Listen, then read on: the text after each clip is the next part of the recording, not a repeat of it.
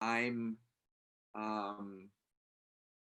how I'm looking at this, whatever the situation might be. It all depends on the spirit of my attitude, how I'm observing, how I'm seeing it. What color glasses am I looking through at the situation I'm in? Everything is entirely dependent on that. And what that does for me is it gives me ultimate power over my whole life, over my whole existence. I have all the power because it's all in which glasses I choose to wear. Am I looking through yellow glasses? Am I looking through blue glasses? Am I looking through the emotion of fear? Am I looking through the emotion of anxiety? Am I looking through blame? Am I looking through gratitude? Right? So whichever glasses I select and I put on my face, that's how I'm seeing. So it gives me all the power. Okay? And this year, this has become extremely clear to me because I've seen such a range of drama in the world, such a vast range of drama. And we've been exposed to so much unknown. And so I'm going to read a passage. I'm going to bounce around and read a few. Entonces, Bill, voy a wait leer. for Clarita to translate because there was no translation. Oh, Lola is not there. Okay. Yeah, she's back. She's back again now. But I've been I've been writing on the chat. Yeah, she comes and goes. You know how she is. That's the way Lola is. Yeah. I translated on the chat. Está traducido en el chat. Estaba diciendo que todo depende de qué anteojos te pones. Tu forma de ver las cosas, eso es lo que hace la diferencia. Eso es lo que fue muy claro para él este año, al ver tanto drama en el mundo y ver cómo cada uno se lo tomaba distinto. Así que ahora va a leer Vasishtha. You can go ahead. Did you translated the spirit of what I said, Clara? Yes.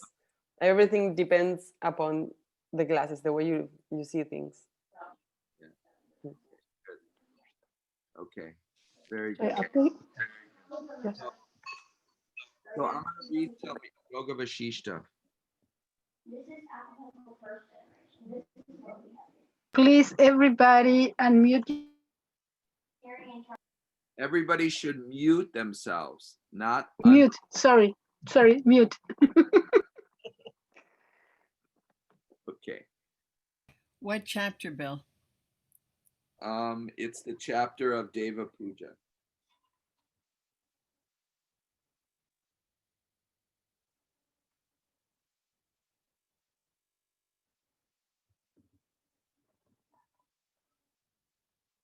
One should engage oneself. Somebody's going to have to mute themselves. Clara, if you can go through and just mute people, that would be great. Yes, done. Okay, good. One should engage oneself in worship at all times, established in supreme equanimity in regard to all the concepts, whether they be pleasant or unpleasant. One should engage oneself in worship at all times. One should regard everything as evil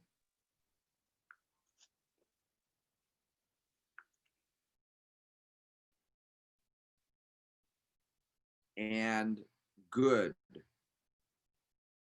Or one should regard everything as good and auspicious.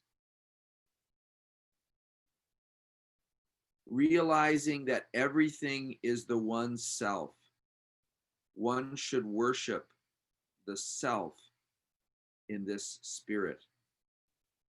One should look with equal vision upon that which is pleasant and beautiful through and through, and that which is unendurably unpleasant. One should look with equal vision upon that which is pleasant and beautiful through and through, and that which is unendurably unpleasant. This worship is performed day and night, perpetually, with the objects that are effortlessly obtained and offered to the Lord with a mind established in equanimity and in the right spirit. For the Lord is consciousness and cares only for the right spirit. Who is the Lord? I'm asking a question. Who is the Lord? We think of ourselves as worshiping the Lord. The Lord is worthy of our worship. But my question is, who is the Lord? Someone can unmute and tell us.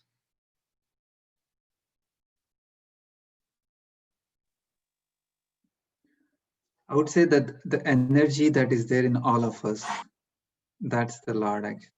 That's what I feel. So the Lord is the energy that's within me. Right. And within you, and within, it's the same energy that's within all of us. Right? Really? Yes. I can find the part that you are reading, because it's actually Pralada and you are reading Deva Pooja. I'm reading Deva Pooja. So I know. Now I know. Thank you. So I can really translate for you. Portuguese is having no translation, Bill.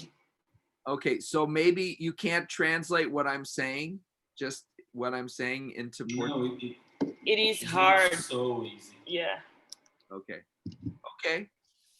So translate the spirit. If you can say to me the page on your book, I have your version, so I can find.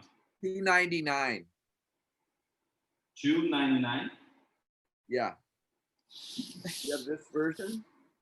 Não. Eu tô perguntando se você tem essa versão. Mostra aí pra ele.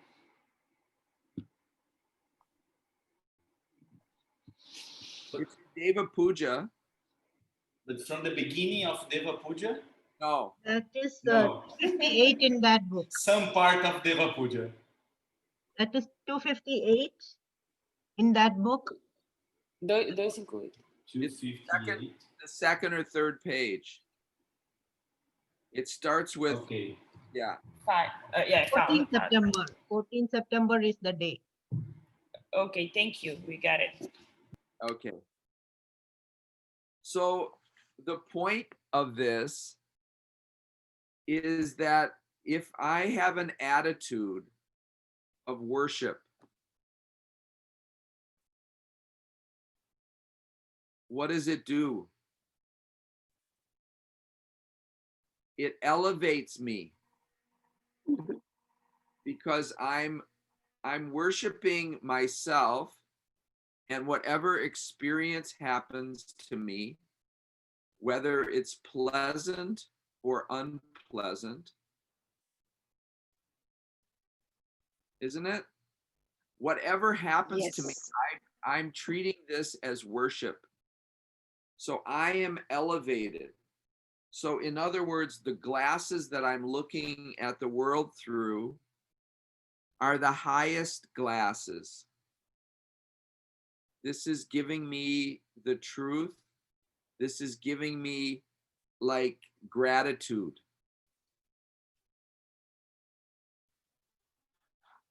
For the Lord is consciousness. I am consciousness, and consciousness cares only for the right spirit. The highest part in me is caring only if I'm in the right spirit. In other words, my heart is in the right place when I'm in the right spirit.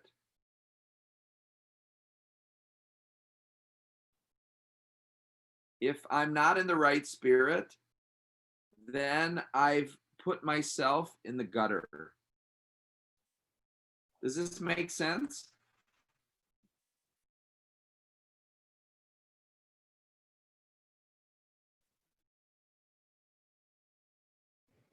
Yes or no? Michelle, tell me what you're thinking. What I was thinking is, through self-effort and our willingness to go within the core of ourselves, we find the right spirit. That is the right spirit. Once we touch upon our essence, through our willingness to go to that place, then everything flows from there, and we go to that place of deep intelligence, the big mind, and we are in a place of equanimity, where we are just from innocence, from centeredness, and everything doesn't affect us. And the sunglasses that you were talking about are the sunglasses of equanimity. It's the sunglasses of coming from the big mind glasses. It's the big one. It's the bigger glasses.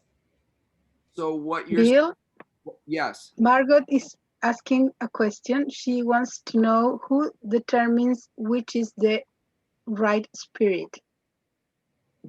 Who determines the right spirit? I guess I do. Because everything depends on me.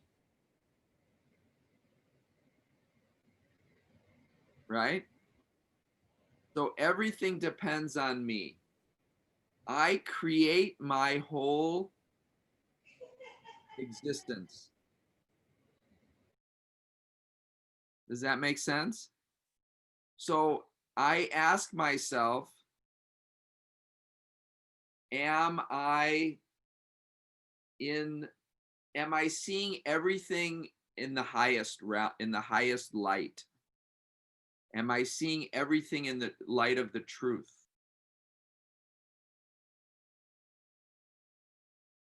Right? I have a question. Yes, go ahead. Bill, is it possible sometimes to be with the correct glasses and still feel the pain? Yes. Yeah. You can feel all the diversity.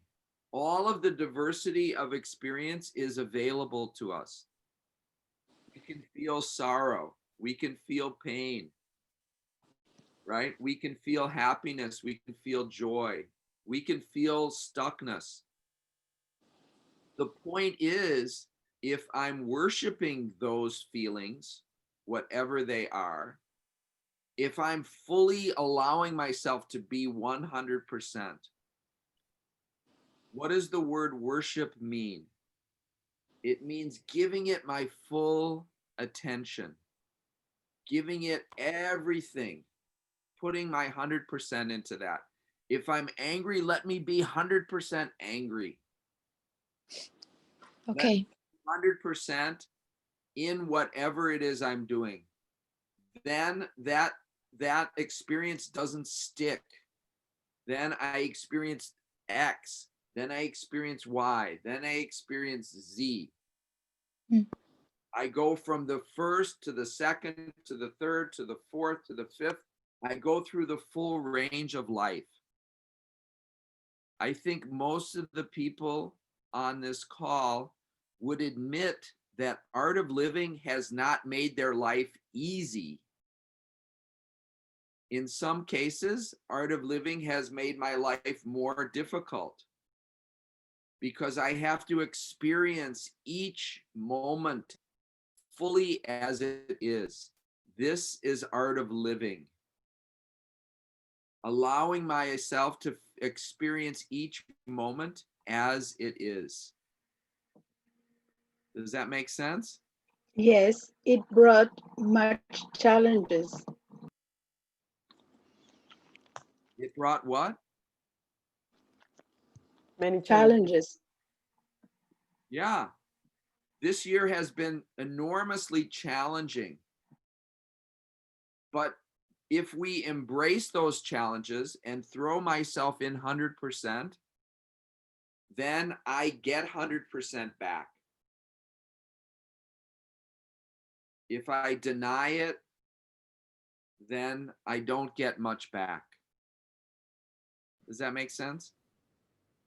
If I address it, if I fully address whatever's happening, if I worship whatever is happening in this moment, my life becomes absolutely full. Is it making sense? Yes. Living in the present moment with the mind externalized just in this moment, but without getting stuck in this moment. I move to the next moment, and then I move to the next moment, and then I move to the next moment. I'm only 100%. I'm only in a state of perpetual worship of whatever is happening now. Does it make sense? Very beautiful. Yes. So, and this year has forced us, I would say. This year has literally forced us to do this because we've been in such a state of only this moment is real. We don't know what the next moment will be. We can't plan very well. We're in a state of unknown. The future is unknown. We have to be fully here and present. Otherwise, we're not practicing very well. We're not able to live very well. Yes, Marlene? Yeah, part of me cannot follow from my heart what you're saying, because those times where maybe it's called not being in the right mind or whatever, we all have our lapses of awareness. And then that heaviness that I feel from that lapse, it's extra heavy from Art of Living, maybe. It's like I totally get my lack of awareness did that. And I feel it comes from being 100% in my anger. When I'm on my anger and I'm 100% in my anger, it is not appropriate. So I really struggle with that, and I don't have an answer. That's fine. You should struggle. The point I would say, I have a choice. I can struggle or I cannot struggle. I have a choice whether I choose to go through life struggling or whether I choose. Sometimes I do struggle. I have to struggle. There's no choice. But there's moments when I do have a choice. If I have the awareness, oh, what are you doing to yourself? Oh, look at myself. You're beating yourself up. And by going through this choice over and over and over again and seeing which way would I rather go, right? If I walk up to a certain person, let's say I walk up to person X, and every time I walk up to them, they slap me. And then again, they slap me. And then again, they slap me. After the fourth or fifth time, am I going to walk up to that person? So do I keep putting on the glasses of struggle after I keep seeing what it does to me? Eventually, I start to learn I don't really want to go there. I don't want to subject myself to all of that intensity or that drama. Why should I do that to myself? But I have to be doing that every time I do it. I have to do it with awareness. A little bit more awareness seeps into my mind. Yes? So eventually, I figure out that I just don't want to go there anymore. Is that making sense? Do you want to keep beating yourself up? Or do you want to be free? So staying in this moment, whatever it brings me, this moment,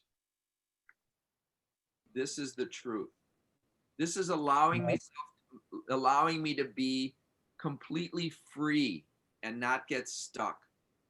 Otherwise, the resistance that I'm putting up is I'm keeping myself in the struggle. I'm not letting myself live 100%. Okay? So there's another passage that I'll read, and yeah, go ahead. Bill, I just wanted to add, so just to summarize what I understood, what you're saying is it should not stuck. So allow yourself to be subjected to the experiences that are happening internally or externally, but don't record that in the memory. Well, it gets recorded whether you like it or not. You don't have a choice to record or not record. I meant the impact of that. I mean, don't let the impact stay for too long in the memory, right? It stays or it doesn't stay. It's not like I have a choice to determine, am I going to record this? Am I going to press the tape recorder button? It's not like that. It happens automatically, right?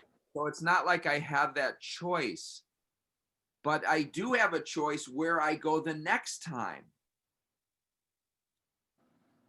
Also, what I have a choice if I go into that direction the next time. In other words, whatever has happened, it's already finished. It's in the memory banks. I don't have it. Right? I can't purge it. I can't pull it out of the memory banks. It's already there. But I do have a choice if I decide to go that way the next time. Does that make sense? I also get another thing from what Mandeep said. It's like when you're completely ignorant, it's like you're happy because you don't know, you don't know. You think you. Marlene, can I add something to what you were saying? Marlene, I think your question was, you dealing with a lot of anger, and that anger dealing with is not easy. It's the struggle. I believe that's the struggle you were referring to. So when Billy was talking earlier that being on a path, a spiritual path, is not the easy way, it isn't. The problem that I run into, and a lot of us do, is the options that we used to live with before are not there anymore. Pretending that we're not angry when we really are angry creates a lot of problems. And it's the tough way in the long run. It's the tapasya, the willingness to go towards the anger, which is the lessons we have learned. People can ask us, how are you doing? It says, I'm great. If we're not doing great, we walk away from it in real suffering, which is even bigger than before. So what Billy, I think what we're talking about is being authentic with ourselves, and that's tough. And we're authentic with ourselves because we've learned the very hard way that the other way, the pretending just hurts more and more, and we are not authentic. We are living a life of faking it. And we cannot do that anymore. Our own moral essence, the core of ourselves, will not allow us to go to that place. And that's the struggle. There's no other way out anymore. Can't get drunk, can't take drugs, can't fake it. So what do? You got to sit there and look at it. And that's tough. And it's more and more and more tough. And hopefully one day the toughness will go away. Hopefully, we don't know. But the other way is even more difficult. The other way is the downward cycle. Depression, insomnia, it leads to nothing. That's the Jewish approach. But what Bill's saying is when he says walk away, you know, if somebody slaps, be aware of it. If you're not aware of it the first time, second time, hopefully you'll be aware the 10th time.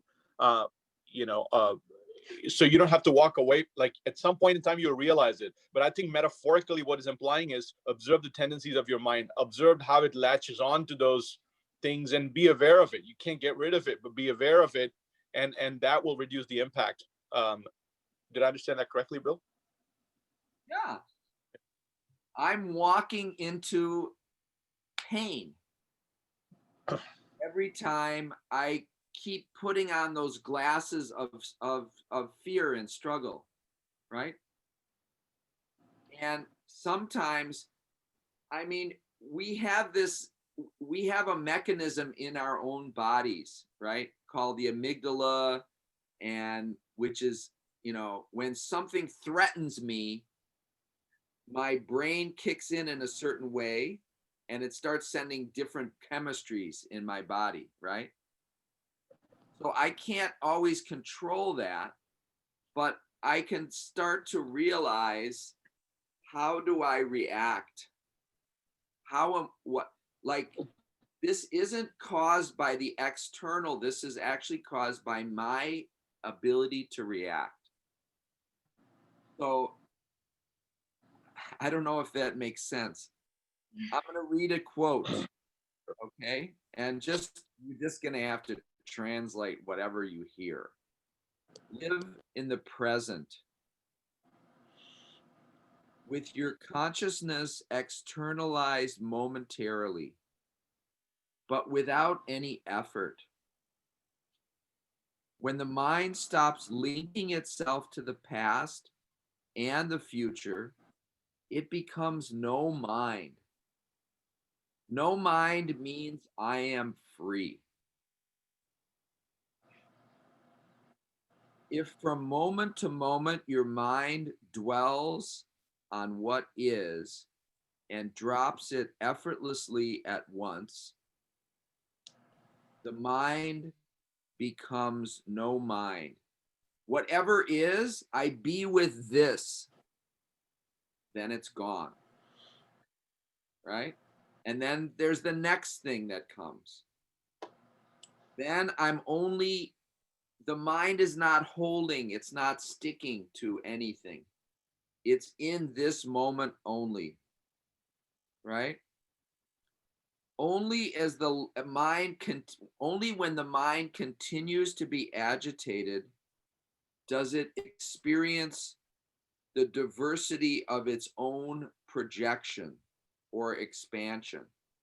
So when the mind is keeping itself agitated, it creates more drama. It's only as long as the infinite consciousness limits itself to the finite mind that such agitation and expansion takes place. In other words, if I just let my mind be completely open and completely free to whatever is in this moment, right? Then I stop being the finite mind, the small mind, and I become open to whatever happens. All the possibilities are available to me, right? And that is perfection. Perfection is accepting whatever is here. Does that make sense? This is living in perfection. Whatever I'm in, I've accepted. Hyson, are you still there? Yeah. Can you say what you said in the very beginning? You know, things were happening all the time. And some of those things I would say good and some things I would say bad. But had been practicing just accepting it all as not necessarily good or bad, but just accepting it and welcoming it. And here I can do it.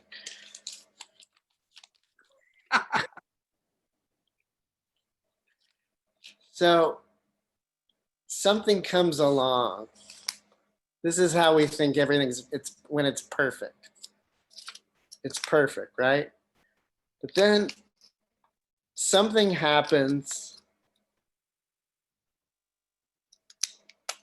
like a tear or something we would say, now it's ruined. Now it's bad. What am I gonna do? This is terrible. It's ruined. Everything's awful. But if we take it and we just take that wound and we rip it and we chew it and make it part of us, and we just welcome it 100%, then there was never anything wrong or ruined or torn or broken. It was always perfect. It was just that we didn't welcome it. We didn't chew it up and embrace it and make it part of us. So it was just that switch of, this is all good, this is all okay, or it's what it is. It's all just what it is. And that would just change the whole event. And it would make it end up being good. It would make it whole. It would just make that thing not a problem anymore. And it would just switch around and become positive. So that whole year for me, everyone was complaining about the everything stuck at home and not working. And to me, I was just like, this is great. And I think I had like the best year ever, work-wise, friend-wise, love-wise, success-wise. Everything just felt more complete by embracing it and welcoming it. That's all. That's awesome. It's awesome. What you're saying, I'm hearing as drop the judgment. My judgment is doing it to me, is screwing me. I'm screwing myself because of the judgment. If I just pull out that layer of judgment, the good and the bad, and just, this is what God has given me, right? This is what God has given me. I must deserve this because God has given me. This situation has come to me. I didn't look for it, but it came. Let me welcome it with open arms. Let me drop the judgment, because the judgment starts to eat away at me. It eats away at my guts. Isn't it? This is bad. This is evil. This is no good. Isn't it? When the apparently transformed becoming resorts to or rests on that being which has not undergone any modification, the former is freed from sorrow. And when what is seen by what is not, or by the mind in which there is no movement of thought, what is abandons its wickedness. So this is a line from Yoga Vasishtha. When what is seen by what is not seen, or by the mind in which there is no movement of thought, when I start to see everything from no mind, no judgment, no blame, right? Then there's no wickedness. If I see everything that happens from the place of pure, this is the truth. This is what God has rolled down the bowling alley of my life. This is the ball that is coming down to knock me over. It's up to me whether I get knocked over or I don't get knocked over. Is that like you are centered and focused on that moment only, right? Then, and I don't let the mind get pulled into the judgment. It's like what Hyson is saying here. He's gone through the year accepting whatever it is. This was the gift that God gave me in this moment. Whatever it is. If I start looking at things in that way, what happens to me? I'm free from judgment. So I become free from blame. I become free from resistance, from complaining. Anger is not a bad thing. It's just a thing. Right? You take the word bad away from anger, and it's just something that happened. It's a little drama. It's a little entertainment. Isn't it? Yes? Bill, Yeah. therein lies the value that we've talked about before in art of the happy accident. Yeah. Yeah. Yeah, whatever happens, I'm seeing it as a lesson. This is a lesson for me. Now, how do I move from that place? Mm-hmm. Is it making sense? This is what Yoga Vasishtha is telling us. Vasishtha is telling us, don't get stuck in the concepts. You are the sky. You're not the weather. You see a storm that comes, oh, it's a storm. Ah! I get afraid. I start to, oh, I get crazy in my head. Oh, the storm is a storm. It's coming. I am the sky. I welcome the weather, whatever it might be. I accept it. I allow it to be there. When I start judging, then I get into trouble. When I start to blame. Right? And this year has taught us this. We know so many people have died, have passed on. But nature made it this way. Nature has made it like this. Of course, we feel the drama of that. Of course. But let me feel it 100%. Let me be in that moment of drama. And then I move to the next moment. Then I can stay free. Does it make sense? Right? I am freedom. If I think of it, if I think of myself, if I identify myself as the sky, it doesn't matter what the weather is. Let me identify myself as this infinite space. Everything moves through it. Yeah. And that's the spirit of consciousness. It's saying the right spirit. What is the right spirit? The spirit is, I am free. I'm not caught. I'm not stuck in anything. Nothing can destroy me. This is the truth. I am consciousness. For such is the truth. The consciousness is infinite. There's no smallness here. There's no finite. There's no stuckness.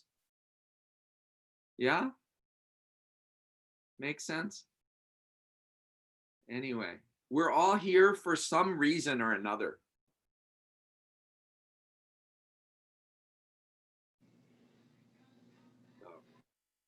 For such is the nature of consciousness, whatever it conceives itself to be, that imaginary or real, that it becomes. That's right. That's the law.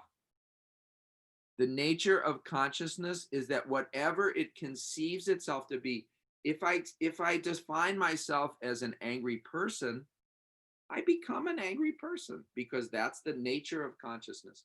Consciousness is a white movie screen. Whatever is projected in that moment on the white screen, it appears to be that way, but that's not the truth. The truth is that the screen is untouched.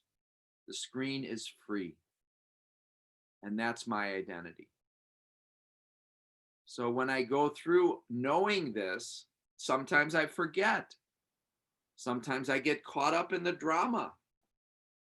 We have all this entertainment. We have lust. We have anger. We have fear. We have anxiety. We have jealousy. We have greed. Look at the President of the United States. What a beautiful drama he's given us, right? He's shown us, oh my God, here's a person who is so stuck, right? I mean, what a great thing to observe. The whole world has got to observe how the mind takes us into these places where we get stuck. Do I want to be that way? Do I want to be stuck? No, I'm free, right? Om Namah Shivaya. So Hyson, I want to just thank you so much for being in the right place at the right time. That magic trick was right on time. And I don't know, I think we've gone long enough, but I love that everybody came and we had this chance to have this international sharing, this international satsang. And I love you all, and I continue to be here for you, and let us continue to work together. As Guruji has told us, this is the time to share freedom with everyone. This is the time to share what we have with so many people are so much in need at this moment, right? So we have so much work to do, and we do it in the right spirit. We're doing it from the place of freedom and the place of acceptance. And Marlene, thank you for being here and sharing, opening your guts, ripping it, putting it on the table for everybody. We're all here doing what we can. We're all here doing the best we can.